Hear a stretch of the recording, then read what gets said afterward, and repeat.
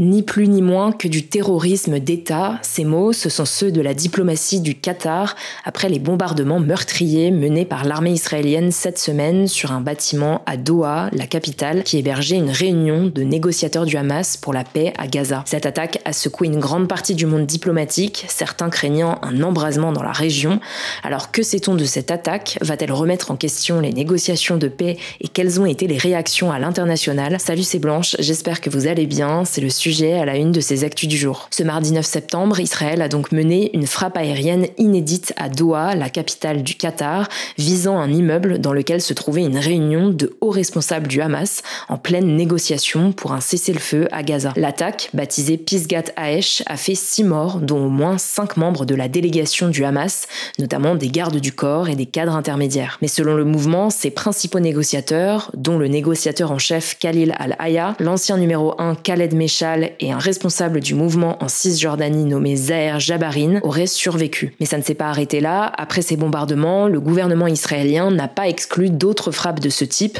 Le ministre israélien de la Défense, Israel Katz, a par exemple menacé de viser ses ennemis, je cite, où qu'ils soient. Je dis au Qatar et à toutes les nations qui hébergent des terroristes, vous devez soit les expulser, soit les traduire en justice, a pour sa part déclaré le premier ministre israélien Benjamin Netanyahou. Le premier ministre qatari, Al-Thani, a dénoncé cette attaque comme une violation flagrante de la souveraineté du Qatar, pays qui joue un rôle central de médiateur dans le conflit israélo-palestinien, notamment dans les négociations de cessez-le-feu et la libération d'otages. En tout cas, les réactions internationales n'ont pas tardé. Le président des États-Unis, Donald Trump, qui est pourtant un soutien du gouvernement israélien, s'est dit contrarié par l'intervention. Je ne suis pas ravi et je suis très mécontent, a-t-il notamment déclaré ce mardi devant la presse, surtout que ces frappes interviennent alors que les responsables du Hamas devaient examiner la dernière proposition de cessez-le-feu avancée quelques jours plus tôt par les États-Unis en échange de la libération en une seule fois de tous les otages. Donald Trump avait notamment assuré que les États-Unis menaient, je cite, une négociation approfondie avec le Hamas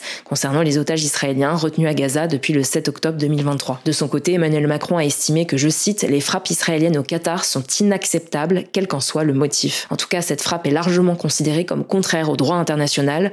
Le Conseil de sécurité des Nations Unies, l'Union européenne, la France, le Royaume-Uni, la Turquie, l'Iran et de nombreux autres pays ont dénoncé cette opération comme illégale et injustifiable, quelle que soit la légitimité des cibles poursuivies. Israël invoque de son côté la légitime défense anticipée en représailles à une fusillade survenue à Jérusalem la veille, ainsi que pour cibler des responsables du Hamas directement impliqués, toujours selon Israël, dans les attaques du 7 octobre 2023. Dans un message sur la messagerie chiffrée Telegram, l'armée israélienne a précisé que les personnes visées avaient joué un rôle dans les attaques du 7 octobre. Mais selon le droit international, une telle frappe n'est licite que si l'État cible, en l'occurrence ici le Qatar, est complice d'attaques contre l'agresseur ou se montre incapable d'y mettre fin. Pour la majorité des juristes et diplomates, ce critère n'est pas rempli dans ce cas, surtout dans un pays médiateur et allié des États-Unis. Mais alors, est-ce que ces frappes sont l'opération de trop pour Israël et mettent-elles en péril les négociations de paix? Alors après avoir dans un premier temps déclaré vouloir tout réévaluer et fait part de sa volonté que le premier ministre israélien Netanyahou soit traduit en justice, le Qatar a fini par assurer vouloir continuer à jouer son rôle de médiation pour la paix à Gaza.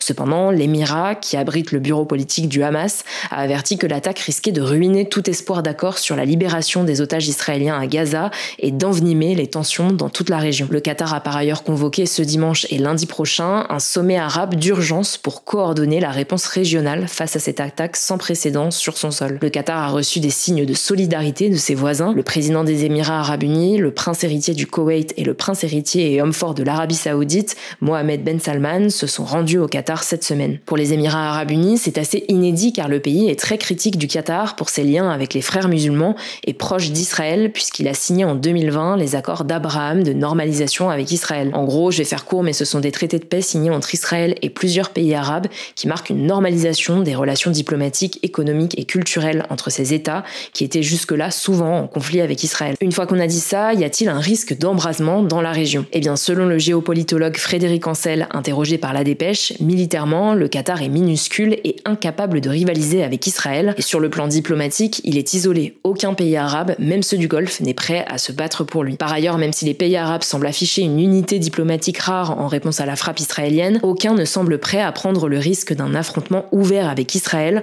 en particulier à cause des liens stratégiques croissants entre certains États du Golfe et Israël. Et puis l'autre chose importante à noter, c'est que cette frappe israélienne sur Doha a provoqué une tension inédite entre le Qatar et les États-Unis, puisque l'administration américaine n'a pas formellement condamné l'opération, ce qui est perçu comme une rupture partielle du pacte de confiance entre les deux alliés. Le Qatar doit donc désormais naviguer entre ses liens étroits avec les États-Unis, mais aussi sa souveraineté agressée avec cette frappe. Je le disais, un sommet doit se tenir ce dimanche et ce lundi avec plusieurs pays arabes. On vous tiendra évidemment au courant. Merci Blanche et bonjour à tous. On passe aux actualités en bref et on commence avec cette actu. L'agence américaine de notation Fitch a dégradé vendredi soir la note souveraine de la France, la faisant passer de A à A+. Une note souveraine, c'est la note d'un pays concernant sa capacité à rembourser ou non ses dettes, comme ses emprunts auprès des banques. Plus la note est élevée, plus le pays est considéré comme capable de la rembourser. La meilleure note que la France possédait jusqu'en 2012, c'est AAA. Après avoir été classée AA, c'est donc la première fois que la France passe dans la catégorie des simples A, considérés comme moins sûrs financièrement. La raison de cette baisse, le contexte politique instable du pays après la chute du gouvernement Bayrous ce lundi, qui a empêché la création d'un budget pour 2026, budget qui permet notamment d'allouer une partie de l'argent au remboursement des dettes. La dégradation de la note devrait faire augmenter les intérêts des dettes de la France, mais elle devrait entraîner peu de conséquences dans l'immédiat. Deuxième actu, l'Assemblée générale de l'ONU a adopté ce vendredi une résolution prônant un futur État palestinien, excluant le Hamas, donc un mouvement palestinien dont la branche armée est une organisation terroriste selon les États-Unis, la France et de nombreux pays dans le monde aujourd'hui. Ce texte, c'est la déclaration de New York. Il a été préparé par la France et l'Arabie Saoudite et a été soutenu hier par 142 des 193 États membres de l'ONU. La Hongrie, qui est membre de l'Union européenne, ou Israël ont voté contre. Dans cette déclaration, les pays se sont mis d'accord sur le fait que le Hamas doit cesser d'exercer son autorité sur la bande de Gaza et remettre ses armes à l'autorité palestinienne, donc l'entité gouvernementale élue qui administre les habitants de Cisjordanie et de la bande de Gaza. Il est donc surtout symbolique et exprime une volonté politique. Pour rappel, Emmanuel Macron a prévu de reconnaître officiellement l'État de Palestine le 22 septembre prochain à New York. On vous tiendra au courant. Troisième actu, l'ex-chef de la Cour suprême, la plus haute juridiction du Népal, un pays d'Asie situé dans l'Himalaya, a été nommée première ministre après de violentes protestations qui ont fait tomber le gouvernement dans le pays. Elle s'appelle Sushila Karki, elle vient du milieu judiciaire et est connue pour s'être battue contre la corruption en tant que juge au Népal. Son objectif, c'est de conduire le pays vers de nouvelles élections législatives en mars 2026. C'est donc une dirigeante de transition qui a pour but de nommer un gouvernement technique, donc formé essentiellement ou exclusivement d'experts et non pas de politiciens. Pour rappel, ça fait plus d'une semaine que les Népalais, la jeunesse en tête, protestent contre la corruption du gouvernement et le blocage des réseaux sociaux dans le pays. Les manifestations ont été violemment réprimées et ont fait plus de 50 morts. Ce mardi, le Premier ministre avait présenté sa démission et des centaines de manifestants ont mis le feu au Parlement du pays à Katmandou, la capitale. Et on termine avec cette actu. Le créateur de contenu MrV a sorti ce vendredi son propre film, Mac Walter, joué par MrV lui-même et inspiré d'un personnage créé en 2015 sur YouTube. Le film est réalisé par Simon Astier. Mac Walter est disponible sur Prime Video et si vous voulez en savoir plus, on sort une interview d'Yvick demain sur la chaîne Grand Format. On vous met le lien en description. Merci à vous de continuer à suivre ce format même le week-end. Prenez soin de vous, prenez soin de vos proches et je vous dis à plus tard.